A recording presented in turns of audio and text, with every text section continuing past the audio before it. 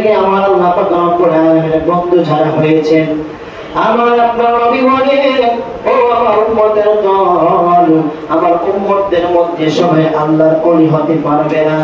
আমার আল্লাহ পাকের ওলি যারা হবে, পৃথিবীর মধ্যে তাদের কোনো চিন্তা থাকবে না, তাদের কোনো ভয় থাকবে না, এমনকি আখিরাতের জমিনের মধ্যে তারা চিন্তিত হবে না। জবান খুলে বলি আমরা আল্লাহু আকবার। আমার আপনার নবী উম্মতের দল, হাসরের ময়দানে আমার প্রত্যেকটা উম্মত গুলা ইয়া নাফসি বলতে দৌড়তে লাগবে। কোন মানুষের শরীরের মধ্যে কোনো পোশাক থাকবে না রে আমার যুবক ভাইয়ারা, কোন মানুষের শরীরের মধ্যে কোনো কাপড় থাকবে না আমার মুরব্বী বাচ্চারা। ওই হাসরের ময়দান মানুষের জন্য একটা কঠিন ময়দান হয়ে দাঁড়াবে। আমার আপনার নবী বলেন, কিন্তু দুনিয়ার মধ্যে যারা সাধারণ বান্দা থেকে আমার আল্লাহ বন্ধ হইব, ওই মানুষগুলো হাসরের ময়দানে আমার সাধারণ উম্মতদের মতো পেরেশানি তারা হবে না। জবান খুলে বলি আমরা আল্লাহু আকবার। এই জন্য আল্লাহ কোরআনের মধ্যে বলেন, আলা ইন্না আউলিয়া আল্লাহি লা খাউফুন আলাইহিম ওয়া লা হুম ইয়াহজানুন।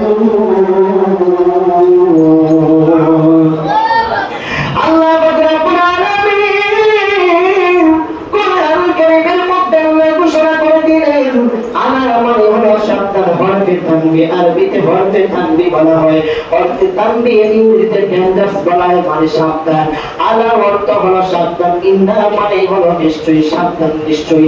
আউলিয়া আল্লাহ যারা আল্লাহ পাকের ওলি গণ হয়েছে, ওলি জিনিস খাওয়ানো হতে পারে, দিন মুজরে পারে, আল্লাহর ওলি হতে পারে, সাধারণ নামাজওয়ালা ব্যক্তি আল্লাহর ওলি হতে পারেন যদি তার অন্তরের মধ্যে আমার রাহমাতুল লিল আলামিনের মুহাব্বতটাকে কথা বলেন ঠিক কিনা। আউলিয়া আল্লাহ লা খাউফুন আলাইহিম ওয়া লা হুম ইয়াহজানুন।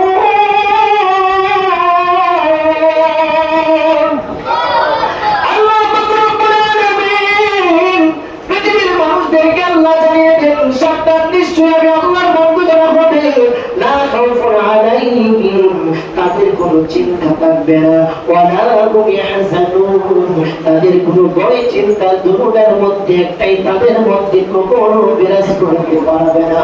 জবান খুলে বলি আমরা আল্লাহু আকবার। আর জবান খুলে বলি আমরা আল্লাহর ওলি হতে চাই কি চাই না? জোরে বলুন, চাই কি চাই না? এবার বুঝতে হবে আল্লাহর ওলি হতে গেলে আপনার আমার কি করা প্রয়োজন আছে। আমার আল্লাহ পাক রব্বুল আলামিন আয়াতের শেষের দিকে আল্লাহ জানিয়ে দিলেন, কি করলে তোমরা আমি আল্লাহ পাকের ওলি হতে পারবে। আল্লাযীনা আমানু ওয়া কানু ইয়াত্তাকুন। আল্লাহ পাক রব্বুল আলামিন পৃথিবীর মানুষদেরকে আল্লাহ শিক্ষা দিয়ে দিলেন, জানিয়ে দিয়ে দিলেন, সাধারণ বান্দাদেরকে তোমরা কি করে বন্ধ হতে পারবে। আল্লাযীনা আমানু ওয়া কানু ইয়াত্তাকুন যারা আমার আল্লাহ পাকের প্রতি ঈমান এনেছে, রাসূলকে যারা বিশ্বাস করে ঈমান এনেছে, ওয়া কানু ইয়াত্তাকুন এবং যারা দুনিয়ার মধ্যে মুত্তাকিন হয়েছে এবং যারা তাকওয়া অর্জন করেছেন, তারাই হবেন আল্লাহ পাকের বন্ধু। জবান খুলে বলি আমরা আল্লাহু আকবার। আল্লাহর ওখানে ওলি হতে গেলে দুইটা শর্ত রয়েছে। একটা শর্ত হলো ঈমানদার হওয়া লাগবে, আরেকটা শর্ত হলো তাকওয়াবান ব্যক্তি হওয়া লাগবে। তাকওয়া যার অন্তরের মধ্যে রয়েছে, নাফরমানি তারা করতে পারবে না, কোনো প্রকার আল্লাহ পাকের অবাধ্য কোনো কাজকর্ম তারা করবে না, কোনো প্রকার কোরআনের আয়াতের বিরুদ্ধে কোনো কাজকর্ম করবে না, কোরআনের কোনো একটা আয়াতকে তারা অস্বীকার করতে পারবে না। কথা বলেন ঠিক কিনা? কিন্তু আমার সমাজের মধ্যে এমন কিছু মানুষ রয়েছে, যেই মানুষগুলো অসংখ্য মাদারকে ইঙ্গিত করে আউলিয়া কেরাম তারা মানতে চায় না। ওই হুজুর আমি আউলিয়া কেরাম মানি না, কিন্তু আউলিয়া কেরাম যদি না মানেন আল্লাহ পাকের কোরআনকে অবমাননা করা হয়, আল্লাহ পাকের কোরআনকে অমান্য করা হয়। কারণ কোরআনের মধ্যে বলা হয়েছে আল্লাহ পাকের ওলিগণকে মানতে হবে। কথা বলেন ঠিক কিনা? মাদার শরীফের মধ্যে যদি শরীয়তের বিরোধী করে কাজকর্ম হয়, এই কাজকর্মকে আমরা ঘৃণা করি, অন্তর দিয়ে ঘৃণা করি, চোখের মাধ্যমে ঘৃণা করি, অন্তর দিয়ে আমরা ঘৃণা করি। তাই বলে এই নয় আল্লাহর অলিগণকে আমরা অস্বীকার করতে পারি। কথা বলেন ঠিক কিনা? যিনি দোষ করেছেন তাকে দোষারোপ করা যায়, কিন্তু যিনি শুয়ে আছেন তার তো কোনো দোষ নেই। কথা বলেন ঠিক না? অনেকে আবার প্রশ্ন করে, আমরা কেন আল্লাহর ওলির দরবারে যাব? ওনারা তো মৃত্যু অবস্থায় কবরের মধ্যে রওজার মধ্যে শুয়ে রয়েছেন, আমরা কেন আল্লাহর দরবারে আমরা যাব? আমরা কেন রাসূলের করুণা সুদ রহমতুল্লাহ আলাইহির মাজারের মধ্যে কেন যাব? এই যাওয়ার মধ্যে আমাদের কি ফায়দা হয়েছে? একটা যে সবাই জেনে রাখবেন, মাজার হলো একটা ফারসি ভাষা আরবি শব্দ হলো কবর। কবর মানে মাজার, মাজার মানে হলো কবর।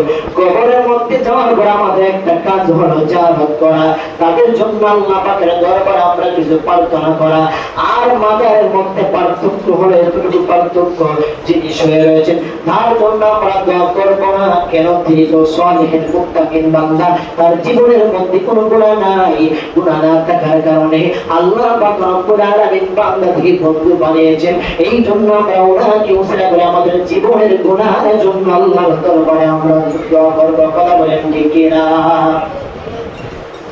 মাথাও বুঝে না, পাওয়া বুঝে না, ফেসলা গায়ে চলে গিয়ে দুনিয়ার ব্যক্তি আর দূর চলে গিয়ে মাজারে বলে আসা নাই। বাবা বললো সেটা রহমতুল্লাহ আলাইহি, উনি কখনো দুনিয়ার মধ্যে বলে যাই না আমার মাজার আসার পর আমাকে তোমরা চেষ্টা করবে। তাহলে বোঝা গেল আল্লাহর অলিগণ সর্বদাই সত্য হক পথের মধ্যে রয়েছেন। শুধু তাই নয়, আল্লাহর অলিগণ কল্লা শহীদ রহমতুল্লাহ আলাইহি ওনারা দুনিয়ার মধ্যে আসার পরে আতুল খুদাই মানুষদেরকে ইসলামের রাস্তার মধ্যে এনেছেন। এই মানুষগুলা মূর্তিকে চেষ্টা করতে মানুষগুলাকে ইসলামের রাস্তার মধ্যে এনেছেন। অথচ আমরা মুসলমান, কপাল করা মুসলমান, আমরা মুসলমান গুলা সাধারণ মানুষের ভুল ত্রুটির কারণে আমরা আল্লাহর অলি গুণকে আমরা দোষারোপ করি। কথা বলেন ঠিক কিনা? এই জন্য আল্লাহ বলতে আল্লাহ আমাদের সাবধান, কোন কারণের সম্পর্কে আমার আল্লাহ পাক রব্বুল আলামিন 1,24,000 বছর ধরে 2,24,000 নবী রাসূল আমার আল্লাহ দুনিয়ার মধ্যে প্রেরণ করেছেন। কিন্তু আমার আল্লাহ পাক রব্বুল আলামিন কোন নবী সম্পর্কে প্রথমে আলোচনার প্রথমে আল্লাহ সাবধান সুযোগ ব্যবহার করে নাই, সাবধান অবলম্বন করে নাই। কিন্তু আমার আল্লাহ জানেন কিয়ামত পর্যন্ত আল্লাহর অলিগণের বিরোধিতা কিছু মানুষ করবে। এই মানুষগুলো হিন্দু ধর্মের থাকবে না, খ্রিস্টান ধর্মের থাকবে, তারা মুসলমান নামে কিছু মুনাফিক সমাজের মধ্যে বসবাস করবে। কথা বলেন ঠিক কিনা? এই বিষয়গুলো মনে রাখবে, আল্লাহর অলিগণের পক্ষে থাকা রাখবে, সহমতের মধ্যে থাকা রাখবে। এই জন্য বলা হয়েছে আদানি ওয়ালিয়ান ফাকাদ আযানতু বিল হারবি। আমার আল্লাহ ডাকে বান্দারা, এ আমার বান্দারা, দুনিয়ার মধ্যে আমি আল্লাহর অলিগণের সঙ্গে যারা শত্রুতা পোষণ করবে, আমি আল্লাহ পাক রব্বুল আলামিন ঘোষণা করে দিলাম, আমি আল্লাহর ওই বান্দার সঙ্গে যুদ্ধ ঘোষণা করলাম। চিন্তার ব্যাপারে আমরা নাউযুবিল্লাহ অঙ্গে অলির বিরুদ্ধে কথা হইয়া, অলির বিরুদ্ধে কথা বললে যুদ্ধ করবো কে? আল্লাহ বলবেন যুদ্ধ। মানুষকে সৃষ্টি হয়ে স্রষ্টার সঙ্গে যুদ্ধ করা সম্ভব? কুয়াটা লাগতো না, কোন বললে শেষ, পায়ে গুণ বললে শেষ। কথা বলেন ঠিক না? মুহূর্তে শেষ হয়ে যাবে। কিছু মুনাফিক আছে যখন আবার তাবারক হয় তখন আবার অলির পক্ষে আমাদের হয়, আবার তাবারক নাই আবার অলির বিরুদ্ধে কথা আছে না নাই? তাবারক লাইন আবার হয় বেশি, আমরা তাবারক পাওয়া লাগে, আমরা তাবারকের হামলা না, আমরা অলির কাকা। কথা বলেন ঠিক না? আমরা অলি প্রেমিক, নবী প্রেমিক, আমরা তাবারকের প্রেমিক না। আমরা অলির প্রেমিক দিলে আমাদের কাছে বারবার তাবারক ফিরে আসে। কথা বলেন ঠিক না? আমরা সুন্নি জামাতের কোরআনের আলোচনা যে জায়গাতে হয়, মিলাদ শরীফ যে জায়গাতে হয়, অটোমেটিকলি আল্লাহর পক্ষ থেকে মানুষের জন্য হাদিয়া শরীফ তাবারক চলে আসে। কথা বলেন ঠিক না? আজকে আমরা মসজিদে বড় তাবারক ইচ্ছা মতো নিয়ে যাইবে, আমরা শুনলে এই জন্য। কথা বলেন ঠিক না? এই জন্য আপনাকে আমাকে অলিগণের সম্পর্কে কথাবার্তা বলতে আমাদের সাবধান সুযোগ, এই সাবধান বিষয়টা আমাদের মাথার মধ্যে রাখা লাগবে। এই বিষয়টা দুনিয়ার কোনো মানুষ বলে নাই। সাবধান হওয়ার জন্য স্বয়ং আল্লাহ রব্বুল আলামিন ঘোষণা করে দিয়েছেন। এই জন্য আপনাকে আমাকে যে কোনো স্থানের মধ্যে, যে কোনো জায়গার মধ্যে পীর করা যাবে না। আমার সমাজের মধ্যে পীরের কোনো অভাব নাই। হাদিস শরীফের মধ্যে এসে পীর হলো দুই প্রকার। একটা হলো নাকিস পীর, আরেকটা হলো কামেল পীর। কামেল মানে হলো আল্লাহওয়ালা, নাকিস মানে হলো দুনিয়াওয়ালা। কথা বলেন ঠিক কিনা? আমরা সবাই দুনিয়ার হাতের মধ্যে করব না, আমরা সবাই আল্লাহর হাতের মধ্যে হাত রেখে বাইরে রাসূল গ্রহণ করতে চাই। এই জন্য একজন ব্যক্তি ডাকতে কয়, ইয়া রাসূলুল্লাহ, ইয়া হাবিবাল্লাহ, ও মায়ার নবীজি, দয়ার নবীজি। উনি তো দেখতে সবাই একরকম, পীর তো দেখতে সবাই একরকম। কে নাকিস পীর, কে কামিল পীর আমরা কিভাবে চিনব? এই নাকিস পীর আমরা কিভাবে চিনব? হক্কানি পীর আমরা কিভাবে চিনব? আমার নবী জানতেন, আব্বাস ও আমার প্রাণের সাহাবী, যেই ব্যক্তির চেহারার দিকে তাকাইলে আমার আল্লাহ পাকের কথা স্মরণ হয়, যার চেহারার দিকে তাকাইলে আমি নবীজির কথা অন্তরের মধ্যে লালন হয়, তারাই হলো দুনিয়ার মধ্যে হক্কানি আল্লাহর ওলি। সমান করে বলি আমরা আল্লাহু আকবার। এই জন্য কবি বলে বাগানে ফুটে ফুল, সকল ফুলে বসে মারে বাগানা বুলবুল। ওই ফন্ত ফন্ত নিতে যাইও, যার মনের ফুল ধরলো না, বৈজ্ঞানিক চিনতে পারে আগে বলি সোনা। কথা বলেন ঠিক কিনা? দুনিয়ার মধ্যে যারা সঠিক মুরিদগণ থাকবে, এই হক্কানি মুরিদগণ, ইমানদার মুরিদগণ আল্লাহর ওলিগণদেরকে দেখলেই বুঝতে পারবেন উনি সঠিক আল্লাহর ওলিগণ। যারা দেখলেই বুঝতে পারবেন অন্তরের মধ্যে খোদার ভয় ঢুকে যাবে, অন্তরের মধ্যে রাসূলের মহব্বত সঙ্গে সঙ্গে ঢুকে যাবে। সকল দুনিয়ার কাজকর্ম বাদ দিয়ে আখিরাতের চিন্তা শুরু হয়ে যাবে। তাদেরকেই মনে করবেন সমাজের মধ্যে হক্কানি ওলি। জবান করে বলি আমরা আল্লাহু আকবার। যারা দিকে তাকালে আল্লাহর কথা স্মরণ হওয়া লাগবে, তখন বুঝবে উনি হক্কানি ওলি। আর যদি চেহারার দিকে তাকালে কোনো কিছুই বুঝেন না, আবার গেলে পরে ঘুরায় কাছে একটা অনুসার কথা হওয়া, কোথাও অর্থর কথা, অর্থর মাথার মধ্যে অর্থর চিন্তা ঢুকায় দেয়, তাহলে বুঝবেন কি একটা গাল মে কুছ কালা है, কোনো না কোনো সমস্যা আছে। কথা বলেন ঠিক না বেঠিক? আমরা কি হক্কানি ওলি চাই? আমরা কি কামেল ওলি চাই নাকি নাকিস ওলি চাই? আমরা সবাই কামেল চাই। কেন? কামেলের হাতে আমরা হাত রাখলে আমরা সঠিক রাস্তা পাবো। কথা বলেন ঠিক না বেঠিক? কল্লাশার দরবারের মধ্যে গতকালকে গেলাম, হাজার হাজার মানুষের ভিড়, কেউ ভিড়। অনেকের দাবিতে কল্লাশ বন্ধ, অনেকের দাবিতে এমনই যে উনি হক্কানি ওলি নয়। তো প্রশ্ন হলো, উনি হক্কানি ওলি নয়, মানুষ জানার পরও তো কোনো মানুষ যদি জানে যে এই জায়গাতে আমি ভাড়া দিলে আমার শরীরে আগুন লাগবে, কেউ কি জীবনে ভাড়া দিবে? জোরে করে ভাড়া দিবে? মাইলস্টোন স্কুলের মধ্যে, কলেজের মধ্যে কত বড় আগুন লাগছে, শত শত বাচ্চা পুরো একদম ছাড় খায়। জানার পরে আমরা কি কোনো ব্যক্তি গেছি যে আমি কি মাইলস্টোনের দিকে একটা লাভ দিই, আগুন জাগি করবো? জানার পরে কেউ লাভ দিব? তো কল্লাশ যদি বন্ধ হয় তোমার দাবিতে, তারপরে তোমরা যাও কেন? তাহলে বোঝা গেল কথা আর অন্তর এক নয়। কথা দিয়ে একটা আর অন্তর দিয়ে আরেকটা। অবশ্য তার মধ্যে আল্লাহ কিছু গুণ রেখেছেন, যেই জন্য মানুষ কিছু পায় বিদায় যায়। কথা বলেন ঠিক না বেঠিক? কেউ কথার উপর আবার আরেকটা গুণ দিব, এই ধরনের পায় কি পায়? গান্ধার আসল পায়। নাউজুবিল্লাহ বলেন কি কল্লাশ কি বলতে গান্ধার আসলে মাইবার লাগিয়া? আমরাও তো গেছি, আমরা তো কোনো গান্ধার মধ্যে জড়িত হইনি। যিনি হয়েছে তাদের দোষ, তাদেরকে আক্রমণ করেন, তাদেরকে প্রতিহত করেন, সেটা হলো মুসলমানের দায়িত্ব। কথা বলেন ঠিক না বেঠিক? তো মাজার হলো জিয়ারতের জায়গা, কবর যেমন মাজার তেমন। আর মাজার শুধু অনেকে মাথা বড় হয়ে যায়, মাজার মানে কি? আরে মাজার কেন? এমনই অনেকে প্রশ্ন করে।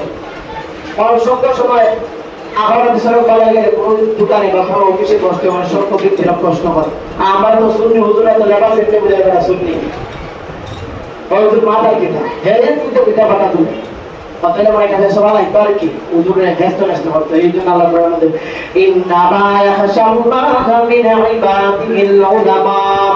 হে পৃথিবীর মানুষ, আমার আল্লাহ পাক রব্বুল আলামিন বলেন পৃথিবীর মধ্যে আল্লাহ পাক রব্বুল আলামিনকে করে উলামায়ে কেরামগণ জবান খুলে বলে আমরা আল্লাহু আকবার। আমার আল্লাহ পাক রব্বুল আলামিন কুরআন শরীফে উলামায়ে কেরামগণ আল্লাহকে বেশি ভয় করে। তাহলে আল্লাহ পাক রব্বুল আলামিন যে উলামায়ে কেরামগণ বেশি ভয় করলে তারপর তারা কেন মাজারের মধ্যে যায়, মাজারের মধ্যে গিয়ে তারা কি করে সেটাও বুঝতে হবে। কোন উলামায়ে কেরামগণ মাজারের মধ্যে সিজদা করতে পারে না। সিজদা হলো দুই প্রকার, একটা মাসালা জেনে নেন। সিজদা হলো দুই প্রকার, সিজদা করলে শুধু শিরক হয় না। সিজদা হলো দুই প্রকার, এক প্রকার সিজদা হলো শিরকি সিজদা, আরেক প্রকার সিজদা হলো হারাম সিজদা। যদি কোনো ব্যক্তি মাজারের ব্যক্তিকে আল্লাহ মনে করে তিনি আমাকে আল্লাহ, আল্লাহর গুণ তার মধ্যে রয়েছে, তিনি আমাকে সব কিছু দিতে পারেন, এমনটা যারা বিশ্বাস নিয়ে মাজারের মধ্যে সিজদা করবে সেটা শিরক করলো, আল্লাহর সঙ্গে শরীক করলো। আর যদি কোনো ব্যক্তি তাকে সিজদা মনে করে সম্মানার্থে সিজদা করলো, সেই সিজদার নাম হলো হারাম সিজদা। চিৎকার মেরে বলি আমরা আল্লাহু আকবার। এই দুইটা বিষয় আপনাকে আমাকে সর্বদাই অন্তরের মধ্যে স্মরণ রাখা লাগবে। কোনো প্রকারে আমরা সিজদা করব না। সিজদা করলে হারাম কিংবা শিরক দুইটাই বড় গুনাহ। শিরক মানে ইন্নাশ শিরকা লাযুলমুন আযীম, সব থেকে বড় গুনাহ হলো শিরক গুনাহ। হারাম মানে হলো কবিরা গুনাহ। এই দুইটা থেকে আমরা বাঁচতে চাই। এই জন্য মাজারের মধ্যে যাব, সিজদা করব না। কবরের পাশে দাঁড়িয়ে যেইভাবে আমরা জিয়ারত করি, সূরা ফাতিহা পাঠ করব, সূরা ইখলাস পাঠ করব, তাকাসুর পাঠ করব, দুরূদ শরীফ আদায় করব, আস্তাগফিরুল্লাহ পাঠ করে সঙ্গে সঙ্গে আমরা দোয়া করব, মোনাজাত করব। অথচ পার্থক্য হলো এতটাই, কবরের পাশে দাঁড়িয়ে বাবার জন্য দোয়া করে, আল্লাহ বাবার গুনাহগুলো মাফ করে দাও। মায়ের কবরের পাশে দাঁড়ায় বলি, মায়ের গুনাহগুলো মাফ করে দাও, কারণ তারা গুনাহগার আমরা জানি, কিন্তু আল্লাহর ওলিগণ গুনাহগার নয়, মাসুম। হাদিস শরীফের মধ্যে এসেছে আল্লাহর ওলিগণ দুনিয়ার মধ্যে দুনিয়া থেকে পর্দা করার আগে এই কাজ কর্ম যদি কোনো পুত্রে খাতাগুলো করে থাকে, সকল কিছু মোচন করে আমার আল্লাহ নিষ্পাপ বানাইয়া পর্দার মাধ্যমে মাজারের মধ্যে শুয়ায়া দেয়। চিন্তার মেরে বলি আমরা আল্লাহু আকবার। অনেকে বলে যে নবীর রওজার মধ্যে গিয়া নবীর জন্য জিয়ারত করা, নবীর জন্য আল্লাহর কাছে চাওয়া, নাউজুবিল্লাহ বলবেন না? নবীর লাগি কি চাইবো? তো নবীর দরবারে মক্কা মদিনার মধ্যে যাওয়ার পরে এই মদিনার মধ্যে জিয়ারত করবেন, নবীর জন্য আল্লাহর কাছে চাইবেন। আচ্ছা বন্ধ, যিনি জান্নাতের মালিক, যারা আল্লাহ জান্নাত দান করছে, আর যিনি বন্টনকারী, উম্মতকে বন্টন করে দিবেন, যিনি জান্নাতের মালিক, তার জন্য জান্নাতের জন্য আমি কি চাইতে পারি?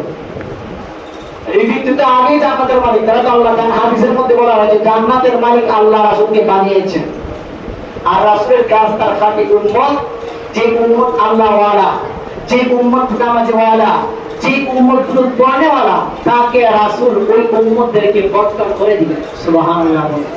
তো রাসূলকে উসিলা করে আমরা আল্লাহর দরবারে চাইবো, আর ব্যক্তির বলে দেয় যে নবীর দরবারে গিয়া নবীর লাগে চাইবাই, কিন্তু নবীর দরবারে বসে দাঁড়ায় বেশিক্ষণ দাঁড়াইতে পারতাম না। এগুলো ব্যাপার আছে না নাই? আছে না নাই? আমি কোনো সময় বিতর্কিত আলোচনা মসজিদে করতে চাই না, কিন্তু এই বিষয়গুলো আজকে 3 দিন যাবত আমার একটু হায়ার হতেছে। মানুষ যেই দিকে যায় এগুলো প্রশ্ন করে। কিছু মানুষ আছে না, কেউ ভালোবাসা, কেউ ভালোবাসার নামে টেক্কা দেয়, দুইলা দেয় হুজুর, এটা আর কি। তো আসলে এই 3 দিন পর আমি গাইছি, গাইটা দেখলাম যে আসলে সব প্রশ্নের সমাধান হলো আল্লাহ কোরআন। সুবহানাল্লাহ। এই জন্য অলিদের দরবারে আমরা যাই, আমাদের নিয়ত হলো অলিরা আমাদেরকে সব কিছু দিয়ে দিবে তা নয়, এটা আকীদা নয়। আমাদের আকীদা ওনাদের উসিলা আমরা আল্লাহর দরবারে চাইব। কে দিবে? আমাদেরকে কে দিবে? জোরে বলি কে দিবে? সিজদার মালিক কে? জোরে বলি সিজদার মালিক কে? মাজার কবরের মধ্যে পার্থক্য এতটাই, মাজারের মধ্যে হককারী মুত্তাকিন বান্দা শুয়ে আছেন, কবরের মধ্যে গুনাহগার আছে, এটা কারা আছে আমরা জানি না। বরাবর ঠিক না বেঠিক? প্রশ্ন হলো, উনি যদি গুনাহগার হয়, কবরবাসী যদি গুনাহগার হয়, তাহলে ওনার দরবারে অসংখ্য লাখ লাখ মানুষের দল হয়, কবরের মধ্যে দল হয় না কেন? কথা বলেন ঠিক না বেঠিক? প্রশ্ন জাগে কি জাগে না? জোরে বলে জাগে কি জাগে না? আল্লাহ তাদেরকে বোঝার তৌফিক দান করুন। শুকর আল্লাহুম্মা আমিন।